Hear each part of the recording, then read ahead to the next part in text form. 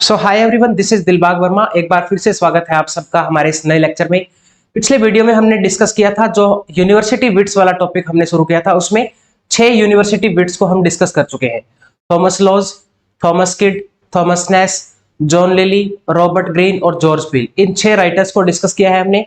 आज की वीडियो में हम डिस्कस करेंगे क्रिस्टोफर मार्लोव को। मार्लोव इनमें से सबसे ज्यादा इंपॉर्टेंट राइटर है अगर हम यूनिवर्सिटी बिट्स की बात करें तो क्वेश्चन बहुत बार यूजीसी नेट के एग्जाम में और दूसरे जो एग्जाम है इंग्लिश लिटरेचर से रिलेटेड, उनमें काफी बार क्रिस्टोफर मार्लोव से क्वेश्चन पूछे जाते हैं। तो अगर आप हमारे चैनल पे नए हैं तो प्लीज चैनल को सब्सक्राइब कर लें, बेल आइकन को भी प्रेस कर लें ताकि आने वाली वीडियो की नोटिफिकेशन आपको मिलती रहे। और अगर आपको ये पीडीएफ चाहिए तो हमारे टेलीग्राम को ज्वाइन कर लीजिए। साहित्य स्टडी यूजीसी नेट के नाम से हमारा टेलीग्राम पे चैनल है, वो ये पीडीएफ मैं वहां पे शेयर कर दूंगा, ठीक है। तो सबसे पहले अगर हम इनकी पर्सनल लाइफ के बारे में बात करें तो वो मैं ऑलरेडी एक वीडियो में डिस्कस कर चुका हूं। अगर आपने वो वीडियो नहीं देखी है तो डिस्क्रिप्शन में आपको लिंक मिल जाएगा, उस वीडियो को भी आप देख सकते हैं। जो क्रिस्टोफर मार्लोव विच शेक्सपियर की कंट्रोवर्सी थी उसमें मैंने डिस्कस किया है। ये कैंटरबरी में पैदा हुए थे कुछ महीने पहले ही शेक्सपियर से, और इनकी 1593 में डेथ हो जाती है। इनकी डेथ के लिए 2 लोगों को रिस्पॉन्सिबल माना जाता है, इंग्राम फ्रीजर और विलियम बियर्डस्ली, वो भी मैं ऑलरेडी डिस्कस कर चुका हूं। बेन जॉनसन ने इनके बारे में एक फ्रेज कॉइन किया है, मार्लोव्स माइटी लाइन। इनकी जो सबसे blank verse is his mighty line, जो सबसे इनकी माइटी लाइन मानी जाती है वो ब्लैंक वर्स है। ब्लैंक वर्स के लिए काफी पॉपुलर है क्रिस्टोफर मार्लोव। और शेक्सपियर का एक प्ले है एज यू लाइक इट। इस प्ले में शेक्सपियर ने ट्रिब्यूट किया है मार्लोव को, उसको बोला है डेड शेफर्ड। ये भी इंपॉर्टेंट पॉइंट है, ऐसे पेपर में पूछा जा सकता है कि एज यू लाइक इट में डेड शेफर्ड किसको बोला है? Christopher Marlowe. और क्रिस्टोफर मार्लोव ने एक इंपॉर्टेंट एलिमेंट इंट्रोड्यूस किया है इंग्लिश में, जिसको बोलते हैं इंटरनल स्ट्रक्चर। ये भी याद रखना, ये टर्म इसने दी है क्रिस्टोफर मार्लोव ने। और एसी स्विम्बर ने भी एक कमेंट किया है इनके बारे में, contemporary of Shakespeare started that Marlowe, Greene and Peele are 3 gifted. इन 3 लोगों के बारे में बोला है, मार्लोव, रॉबर्ट ग्रीन और जॉर्ज पील। ये 3 लोग जो है वो गिफ्टेड है, who have been thus bracketed by such critics in the 300 years। ऐसा किसने बोला है? एसी स्विम्बर ने। अब हम बात करते हैं क्रिस्टोफर मार्लोव के वर्क्स के बारे में। इनका पहला इंपॉर्टेंट जो वर्क है टेम्बुरलेन, टेम्बुरलेन द ग्रेट, 1587 में इसको लिखा गया था। ये परसेपोलिस में शुरू होता है। ये जो प्ले ओपन होता है वो इस जगह पे ओपन होता है, और इसमें टेम्बुरलेन जो है वो एक किंग है, ठीक है, एक बड़ा वॉरियर है। तो ये सबसे पहले किसको जीतता है? इजिप्ट का जो किंग है उसको जीत लेता है, और उसकी डॉटर है जिनोक्रेट, उससे ये शादी करता है, तो उसको अपने साथ में ले आता है। तो यहां से आने के बाद ये मिलता है माइस्ट्रस से। माइस्ट्रस के जो सोल्जर हैं उनको परसुएट कर लेता है, उनको बोलता है कि मैं तुम्हारी हेल्प करूंगा, किसको हराने में? कोसरॉय को हराने में। लेकिन ये इनके साथ धोखा करता है, दूसरी तरफ वो कोसरॉय से हाथ मिला लेता है और इनको हरा देता है, और फिर बाद में कोसरॉय को भी हरा देता है और खुद एम्परर बन जाता है पर्सिया का, ठीक है, पर्सिया पे अपना कब्जा जमा लेता है। तो इसमें जो कोसरॉय का भाई था ना वो एम्परर था पर्सिया का। तो उसको हराने के बाद इसने क्या किया? अपना जो प्रॉमिस मैस्ट्रेस से किया था उससे भी ये प्रॉमिस तोड़ देता है। और फिर जब इसकी नजर पड़ती है बाजाजेत पे, ये तुर्की जो देश है उसका एम्परर था बाजाजेत, उस पे नजर पड़ती है। तो फिर ये उसको हरा देता है और उसको बंदी बना लेता है और केज में डाल देता है। अपने खुद का जो इनका किंगडम था वहां पे लाके उसको प्रिजन में डाल देता है। और जब उसको पता चलता है इस बाजाजेत को कि इसने अफ्रीका को भी जीत लिया है, तो वो खुद सुसाइड कर लेता है। अफ्रीका को जीतने के बाद फिर इसका नेक्स्ट टारगेट होता है दमिश्कस, ठीक है। दमिश्कस इसका नेक्स्ट टारगेट है, जो इजिप्ट का सुल्तान है। और ये प्ले, ये जो पहला पार्ट है ये खत्म हो जाता है, इसकी शादी होती है जिनोक्रेट से, जो स्टार्टिंग में इजिप्ट के किंग को हरा के ये उसकी बेटी को लेके आता है, उससे ये शादी कर लेता है। अब ये 2 पार्ट में है, दूसरा पार्ट शुरू होता है। तो इसका सपना होता है कि आसपास के नेबरिंग जितनी भी कंट्री थी इसने जीत ली थी ऑलमोस्ट। तो फिर इसका जो ओल्डेस्ट बेटा होता है कैलिफस, ये चाहता है कि मेरा बेटा भी मेरी तरह ब्रेव बने, बहादुर बने। लेकिन कैलिफस एक कमजोर था, जब भी ये वॉर में जाता था, बैटल में जाता था, वहां से भाग जाता था, ठीक है, ये डरता था मरने से, इसलिए ये अपना मोस्टली टाइम जो है वो अपनी मदर के साथ स्पेंड करता है। तो इसकी इस चीज को छुपाने के लिए ये जो टैम्बुरलेन है ये कई बार लोगों के सामने बोलता भी है जाके कि आज का युद्ध जो है हम वो कैलिफस की वजह से जीते हैं, तो सारा का सारा श्रेय जो है वो कैलिफस को जाता है। तो इस तरह से एक दो बार इसका जो कमजोरी है उसको छुपाने की कोशिश करता है, लेकिन ज्यादा टाइम तक वो नहीं छुपती है, तो वो अपने बेटे को मार देता है। अपने सम्मान के चक्कर में ये अपने बेटे कैलिफस को मार देता है। ठीक है, कैलिफस को मारने के बाद फिर इसकी नजर पड़ती है बेबीलोन पे। बेबीलोन पहुंच जाता है, वहां जाके जो उसका गवर्नर होता है उसको भी मार देता है ये। और वो वहां पे जाके जो जितने भी वहां इनहेबिटेंट्स होते हैं उनके बारे में ऑर्डर देता है कि इनको जो आसपास की जो लेक है वहां पे फेंक दिया जाए, और लास्ट में वो कुरान जला देता है, ही बर्न्स कुरान। तो ये मोस्ट इंपॉर्टेंट पॉइंट आपको याद रखना है, मार्लो की कौन सी ऐसी बुक है जिसमें वो कुरान जला देता है, तो ये टैम्बुरलेन है। This is the most important point, पहले यहां से क्वेश्चन आ चुका है। और फिर बाद में जब वो मर जाता है, उसकी डेथ होती है, तो उसका एक सपना होता है कि जो मेरे बेटे हैं आने वाले टाइम में वो किंग बने और पूरी दुनिया पे राज करे, पूरी दुनिया को जीत ले। इसी के साथ ये प्ले खत्म होता है। तो ये इंपॉर्टेंट प्ले है, आपको पढ़ना है। उसके बाद द जू ऑफ माल्टा 1589 में इसको लिखा था, 1589-90 में ये प्ले ओपन होता है। एक इसमें नरेटर है मैकाइवल। मैकाइवल एक एज ए, इसमें कैरेक्टर का कोई रोल नहीं है मैकाइवल का, ये सिर्फ नरेट करता है स्टोरी को। और ये जो मैकाइवले है ये किस पे बेस्ड है, एक ऑथर है मैकाइवली, उस पे बेस्ड है ये। इसमें जू ऑफ माल्टा कौन है, बारबस। बारबस माल्टा का एक जू है, वहां पे मेजोरिटी क्रिश्चियन की है, लेकिन कुछ एक ज्यूज भी रहते हैं कुछ। ये बारबस इसमें एक मर्चेंट है, काफी रिच है, ये बहुत ज्यादा अमीर है। तो इसमें क्या होता है, मैं एक बार आपको कैरेक्टर पे लेके चलता हूं, वहां से ही हम स्टोरी को समझेंगे। ये बारबस एक रिच ज्यूइश मर्चेंट है माल्टा का, और एबिगल इसकी बेटी का नाम है, और इथामोर इसका स्लेव है, इसका सर्वेंट है। फर्नेज माल्टा का गवर्नर होता है, और इनकी मेन जो लड़ाई है वो किसके साथ है,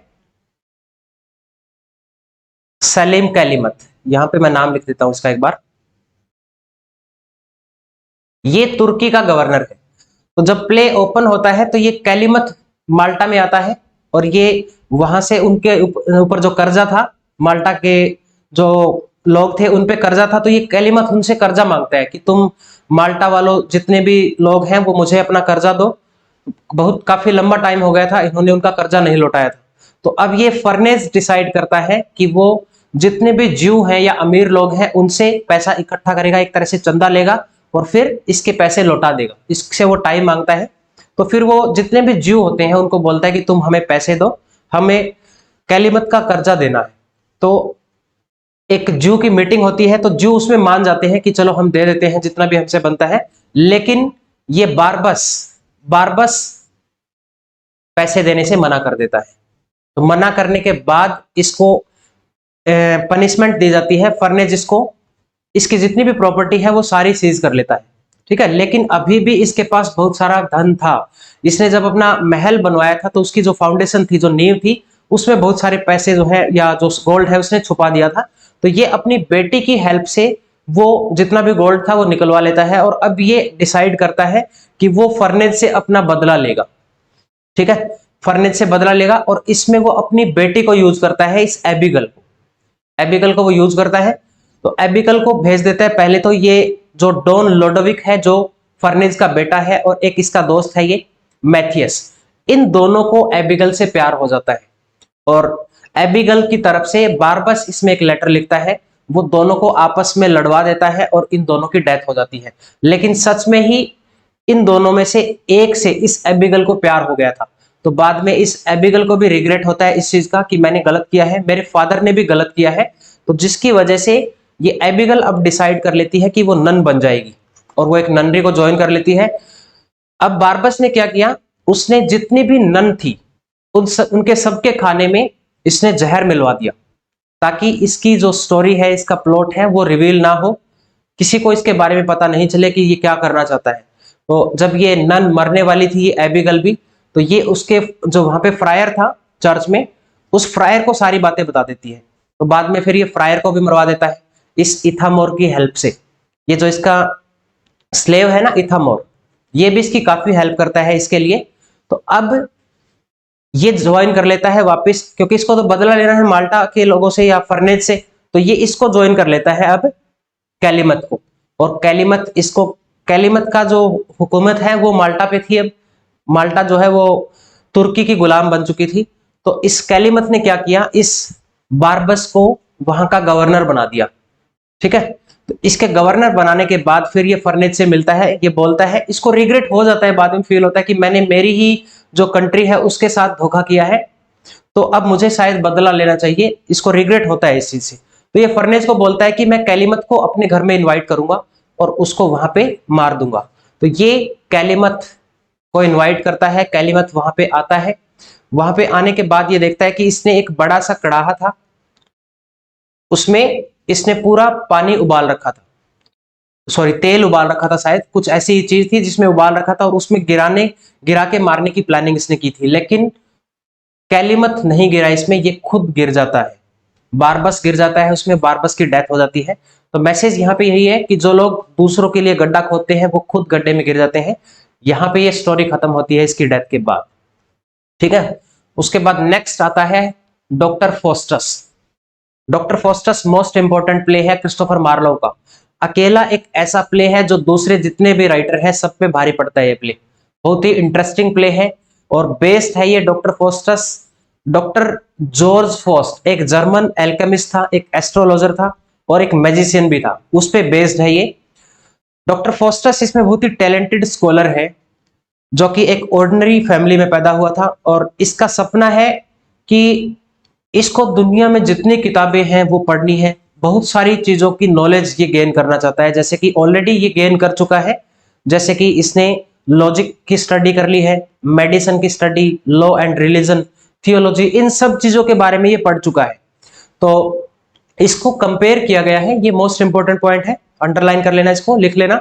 ग्रीक माइथोलॉजिकल कैरेक्टर नेम्ड इकारस, इकारस से कंपेयर किया है मार्लोव ने डॉक्टर फोस्टस को। तो अब ये क्या करता है, ये ब्लैक मैजिक सीखना चाहता है, ब्लैक मैजिक और नेक्रोमेंसी। नेक्रोमेंसी होती है जो डेड सोल होती है उन पे स्टडी करना, उसको नेक्रोमेंसी बोलते हैं। ये भी वो सीखता है। तो इसमें वो दो लोगों को हायर करता है, दो जर्मन स्कॉलर है, एक वेल्डेस है और एक कॉर्नेलियस है। ये दो स्कॉलर होते हैं जिनसे वो ब्लैक मैजिक सीखता है, और ब्लैक मैजिक सीखने के बाद वो क्या करता है, समन करता है मेफिस्टोफिलिस को। मेफिस्टोफिलिस जो सैटर्न का सेकंड ऑफ कमांड है, वो उसको बुलाता है कि मुझे अब पावर चाहिए 24 साल के लिए, और तुम बदले में मेरी जो सोल है वो निकाल के ले जाना। ठीक है, मुझे मार देना और मेरी सोल हेल में ले जाना। अब ये एग्रीमेंट करते हैं। जब ये एग्रीमेंट करता है तो गुड एंजल और बैड एंजल ये बार बार अपीयर होती है कहानी में।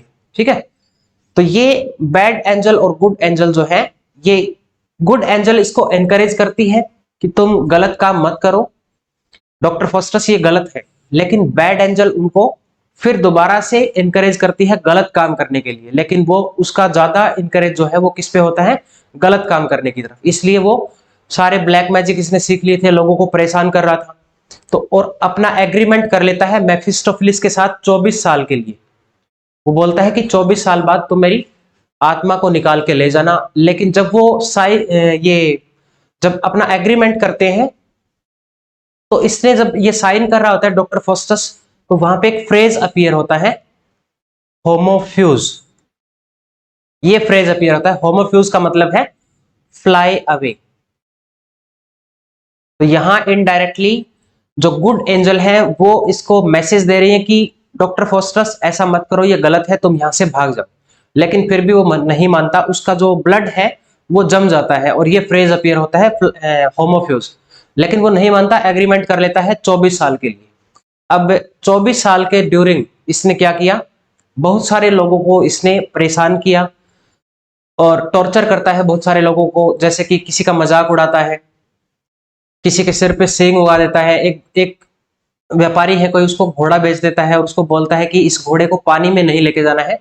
तो वो सोचता है कि इसकी सच्चाई के बारे में पता करता हूँ कि होता क्या है इसे। जब वो उसको पानी में लेके जाता है तो घास फूस का ढेर बन जाता है उस घोड़े का।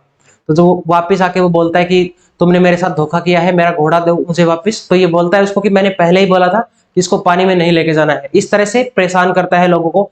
एक इसमें वो एक किंग के पास जाता है, किंग इसको इनवाइट करता है और वो कहता है कि तुम मुझे अलेक्जेंडर द ग्रेट से मिलो। अलेक्जेंडर द ग्रेट का भी इसमें रेफरेंस मिलता है। और ये फिर मेफिस्टोफिलिस को बोलता है कि तुम मुझे हेलन से मिलो। हेलन जो दुनिया की सबसे खूबसूरत लेडी मानी जाती है, ये उससे मिलना चाहता है। तो वो उसको बोलते हैं कि उसकी बॉडी तो हम आपके सामने नहीं लेके आ सकते, लेकिन वो हेल में है अभी, उसकी सोल को हम बुला सकते हैं। तो जब वो हेलन आती है तो हेलन से ये डॉक्टर फॉस्टस मिलता है और उसको देखने के बाद ये एक लाइन बोलता है, ये मोस्ट इंपॉर्टेंट लाइन है, was this the face that launch the thousand of ships and the burnt the topless tower of Ilium. क्या यही वो चेहरा है जिसने हजारों शिप्स जो है वो लॉन्च करवा दिए थे, बड़ी बड़ी दीवारें जो है वो टूट गई थी, बहुत बड़ा नुकसान हुआ था, वॉर ऑफ ट्रॉय हुआ था इसकी वजह से, हेलन की वजह से। तो ये बोलता है क्या वही ये चेहरा है? और फिर बोलता है come Helen come make me immortal with a kiss. इस तरह की कोटेशन है, ये मोस्ट इंपॉर्टेंट है। इसमें कर सॉन्ग भी है, cut the branch which is grow of the laurel of high. तो ये लाइंस मैंने लिखी हुई है, ये आपको लिखनी है, अच्छे से याद करनी है। अब जो हमारी स्टोरी थी उस पर हम बात करते हैं कि जब ये 24 साल के लिए अपना एग्रीमेंट कर लेता है तो लोगों को ऐसे टॉर्चर करता है, और जब 24 साल इसके पूरे हो जाते हैं तब इसको रिग्रेट होता है। बीच में इसको गुड एंजल जो है या फिर और जो बुद्धिमान लोग हैं वो इनको एडवाइस देते हैं डॉक्टर फॉस्टस को कि तो तुम अब भी अपना एग्रीमेंट खत्म कर लो और रिग्रेट करो, तुमने गलत किया है, तुम उसका पश्चाताप करो, गॉड तुम्हें पार्डन्स कर देंगे, माफ कर देंगे भगवान तुम्हें। लेकिन ये नहीं मानता और 24 साल इनके पूरे हो जाते हैं। 24 साल बाद लूसीफर खुद आता है, इसकी जो सोल है उसको निकाल के ले जाता है, और तब ये जाके रिग्रेट करता है क्योंकि इसको पता ही नहीं चलता कि 24 साल कब निकल गए। ठीक है, तो ये जो थ्रस्ट थी इसके अंदर नॉलेज को गेन करने की, उसकी वजह से इसका डाउनफॉल हो गया। इसी के साथ, इसकी डेथ के साथ ही ये प्ले खत्म होता है। ये मोस्ट इंपॉर्टेंट प्ले है। नेक्रोमेंसी मैंने लिखा है यहाँ पे, the study of the dead soul. ठीक है, और ये कुछ इंपॉर्टेंट कोटेशंस लिखी हुई हैं, ये मोस्ट इंपॉर्टेंट है, पेपर में पूछी जाती है। उसके बाद अगला वर्क है हीरो एंड लिएंडर। 1593 में इसको लिखा है हीरो एंड लिएंडर को, लेकिन ये एक अनकंप्लीट पोएम है, अनफिनिश्ड, बट बाद में इसको कंप्लीट किया है जॉर्ज चैपमैन ने 1598 में। जॉर्ज चैपमैन को कॉमेडी ऑफ ह्यूमर के लिए भी जाना जाता है, बेन जॉनसन भी कॉमेडी ऑफ ह्यूमर के लिए पॉपुलर है। तो सबसे पहले एक वर्क जॉर्ज चैपमैन ने लिखा था कॉमेडी ऑफ ह्यूमर के ऊपर, और जॉर्ज चैपमैन ने होमर को भी ट्रांसलेट किया है। होमर का जो इलियड और ओडिसी है, होमर का जो वर्क है ओडिसी, उसको भी जॉर्ज चैपमैन ने ट्रांसलेट किया है। और लास्ट ईयर यही क्वेश्चन पेपर में पूछा गया था, जो अभी रिसेंट में एग्जाम हुआ था, राइट। तो इसमें एक फीचर तो है होमोसेक्सुअल पे, इसमें होमोसेक्सुअल अफेक्शन देखने को मिलता है बिटवीन लिएंडर एंड नेपच्यून, इन दोनों के बीच में। मार्लोव ने काफी जगह पे यूज किया है, जो होमोसेक्सुअलिटी पे 3-4 वर्क इसने लिखे हैं। और ये जो बुक है, ये जो पोएम है हीरो एंड लिएंडर, ये इस पे बेस्ड है। फिर शेक्सपियर का एक वर्क है Venus and Adonis, is based on Marlowe's Hero and Leander, इस पे बेस्ड है ये। ठीक है, ये ज्यादा इंपॉर्टेंट नहीं है, सिर्फ इतने पॉइंट्स आपको याद करने हैं। उसके बाद आता है एडवर्ड सेकंड, इसमें भी होमोसेक्सुअल अफेक्शन है। किसके बीच में? एडवर्ड सेकंड के बीच में और पायर्स गेवस्टन के बीच में। ये इसका बहुत अच्छा दोस्त होता है। जब प्ले ओपन होता है तो गेवस्टन इसमें, गेवस्टन, पायर्स गेवस्टन, इसको बैनिश कर दिया जाता है यहां से। और इसको एक लेटर मिलता है, एडवर्ड फर्स्ट की डेथ हो गई थी और एडवर्ड सेकंड इसमें किंग बन गया था। एडवर्ड सेकंड का ही ये फेवरेट था, ठीक है, उसी का पार्टनर था ये। तो वो उसको वापस बुलाता है कि तुम वापस आ जाओ, मेरे फादर की डेथ हो गई है, अब हमारे पास काफी पावर है, तो हम आराम से पावर का यूज करेंगे यहाँ पे। तो गेवस्टन वापस आ जाता है। गेवस्टन के वापस आने के बाद जो इनके नोबलमैन होते हैं, जैसे कि अर्ल ऑफ वारविक है और यंगर मोर्टिमर है, एल्डर मोर्टिमर है, ये नोबलमैन है इनके कोर्टियर में। तो इनको दोबारा से बड़ा दुख होता है इस बात का कि ये वापस आ गया है। तो फिर दोबारा से इसको फोर्स किया जाता है, जो इसका भाई होता है ना, स्पेंसर इसका भाई होता है, उसको बोल के इसको फोर्स किया जाता है, दोबारा से इसको बैनिश कर दिया जाता है वहां से और इसको आयरलैंड भेज दिया जाता है। तो ये एडवर्ड सेकंड जो है, ये इसको गेवस्टन को बोलता है कि तुम आयरलैंड में आराम से रहो, मैं तुम्हें लेटर लिखता रहूंगा, और जितने भी तुम्हें पैसे या धन चाहिए वो भी मैं तुम्हें टाइम टू टाइम भेजता रहूंगा। तो बट फिर ये क्या करता है, इसकी वाइफ होती है इजाबेला। एडवर्ड सेकंड की वाइफ कौन है? इजाबेला। इजाबेला रिक्वेस्ट करती है, इजाबेला को फोर्स किया जाता है, एडवर्ड सेकंड उसको फोर्स करता है कि तुम यंगर मोर्टिमर को बोलो, यानी कि एक नोबल मैन को बोलो कि उसको वापस बुलाए, पायस गेवस्टन को। तो वो उसको जाके बोलती है। बाद में जो इजाबेला है उसका अफेयर भी होता है किसके साथ? यंगर मोर्टिमर के साथ। तो वो उसको फोर्स करती है, तो वो उसको बुलाने के लिए बोलते हैं, लेकिन ताकि उसको आसानी से मारा जा सके तो वो उसको बुला तो लेते हैं, लेकिन इसमें अर्ल ऑफ वारविक होता है, ये अर्ल ऑफ वारविक, ये उसको रास्ते में मार देता है, ठीक है, उसका मर्डर कर देता है। इसको बड़ा गुस्सा आता है इस बात के लिए। तो ये दोनों एक दूसरे के अगेंस्ट हो जाते हैं, एक तरफ नोबलमैन हो गए थे, दूसरी तरफ एडवर्ड सेकंड जो है वो अकेला था, इसका एक भाई और था इनके साथ। तो अब इन दोनों जो साइड से बैटल होती है, और उस बैटल में एडवर्ड सेकंड इन सबको हरा देता है, और इस अर्ल ऑफ वारविक को तो ये मार देता है, ठीक है, इसको मार देता है, क्योंकि इसने क्या किया था, जो इसका एडवर्ड सेकंड है, पायर्स गेवस्टन जो इसका पार्टनर था, इसको इसने मार दिया था। तो सबसे पहले ये वारविक को ही खत्म कर देता है और उनको दूसरों को बंदी बना लेता है। बट इसमें से एक जो यंगर मोर्टिमर है और उसकी वाइफ है, उसकी वाइफ भी इसकी तरफ चली जाती है कि उसका अफेयर होता है इजाबेला का यंगर मोर्टिमर की तरफ। तो ये भाग जाते हैं फ्रांस। फ्रांस जाके अपनी एक आर्मी तैयार करते हैं और वापस लड़ने के लिए आते हैं। अपने बेटे को भी लेके जाती है, एडवर्ड थर्ड इसका बेटा है, इजाबेला और एडवर्ड सेकंड का। तो ये वापस आते हैं, लेकिन इस बार इन्होंने क्या किया, एडवर्ड सेकंड को हरा दिया। अब इसको हराने के बाद इसको जेल में डाल दिया एडवर्ड सेकंड को, और इसको बहुत ज्यादा टॉर्चर किया जाता है। कुछ दो लोग ऐसे हायर करते हैं वो, जिससे ये इनको बोलते हैं कि तुम इनको टॉर्चर करो। तो इसमें से एक नोबलमैन ऐसा होता है जिसको सिंपैथी फील होती है एडवर्ड सेकंड के लिए, लेकिन वो उसको हटा देते हैं। फिर एक मर्डरर को भेजते हैं उसको मारने के लिए। उसको बोला जाता है कि तुम एडवर्ड सेकंड को टॉर्चर करो। उसका नाम होता है लाइटबोर्न। नाम यहाँ पे स्टोरी में आपको नाम मिल जाएगा, लाइटबोर्न नाम है इसका, देखो ये लिखा हुआ है,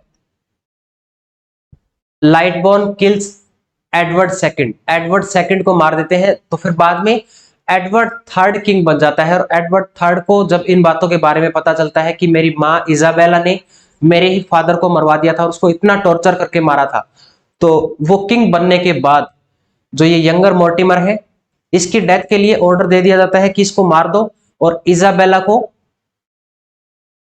को मारता नहीं है, लेकिन वो उसको लाइफ इम्प्रिजनमेंट की सजा देता है कि इसको जिंदगी भर के लिए जेल में बंद कर दो। और इस तरह से वो थ्रोन पे बैठ जाता है, आगे का रूल संभालता है। इसी के साथ ये स्टोरी खत्म होती है, ये भी इंपॉर्टेंट है। उसके बाद next, Dido the queen of Carthage. इसके बारे में कुछ एक दो पॉइंट्स और हैं जो आपको नोट करने हैं। जैसे इसमें कोटेशन है गेवस्टन की, music and poetry is his delight, therefore I will have Italian mask by night. और मार्लो का जो ये वर्क है, इसका मटेरियल कहां से लिया गया है? इसका मटेरियल उनको मिला है राफेल होलिनसेड के क्रोनिकल से। शेक्सपियर के भी काफी सारे वर्क्स बेस्ड हैं इस पे, ठीक है। चलो आगे चलते हैं। डिडो क्वीन ऑफ कार्थेज, ये शायद इसने, ऐसा माना जाता है कि थॉमस नेस के साथ मिलके कोलैबोरेशन में लिखा है। और इसका सोर्स क्या है? वर्जिल की जो एनिड है, फर्स्ट, सेकंड और फोर्थ, इन बुक से इसका सोर्स माना जाता है Dido the queen of Carthage का। इसमें भी होमोसेक्सुअल अफेक्शन है। Frederick Bowers in this play between Ganymede and Jove, इन दोनों के बीच में, ये भी होमोसेक्सुअलिटी पे बेस्ड है। तो 3 वर्क आ चुके हैं जो होमोसेक्सुअलिटी पे है। उसके बाद अगला है the passionate shepherd to his love. ये भी एक पोएम है, ये ज्यादा इंपॉर्टेंट नहीं है। इसमें याद रखना ये फेमस लाइन है, come live with me and be my love, this is the most important line. इसके रिप्लाई में वोल्टर रेले ने एक पोएम लिखी है, nymph reply to the shepherd, इस तरह की पोएम है वो। तो ये जो क्रिस्टोफर मार्लोव है, इसके इतने वर्क्स आपको पढ़ने हैं। एडवर्ड सेकंड पढ़ना है, और टेम्बरलेन पढ़ना है, डॉक्टर फॉस्टस मोस्ट इंपॉर्टेंट है, और ज्यू ऑफ माल्टा, ये चारों ही इंपॉर्टेंट है। चारों प्ले आपको अच्छे से डिटेल में पढ़ने हैं। So this is all about today. और अगर आपको वीडियो अच्छी लगी हो तो वीडियो को लाइक करें, चैनल को सब्सक्राइब करें, ताकि आने वाली वीडियो की नोटिफिकेशन आपको मिलती रहे। पूरे के पूरे लिटरेचर को मैं इस तरह से फ्री ऑफ कॉस्ट आपके लिए यूट्यूब पे डाल दूंगा। आपकी नेट की अच्छे से तैयारी कर सकते हैं यहाँ से। तो हमारे साथ जुड़े रहें। Be safe, stay connected, best of luck, God bless you.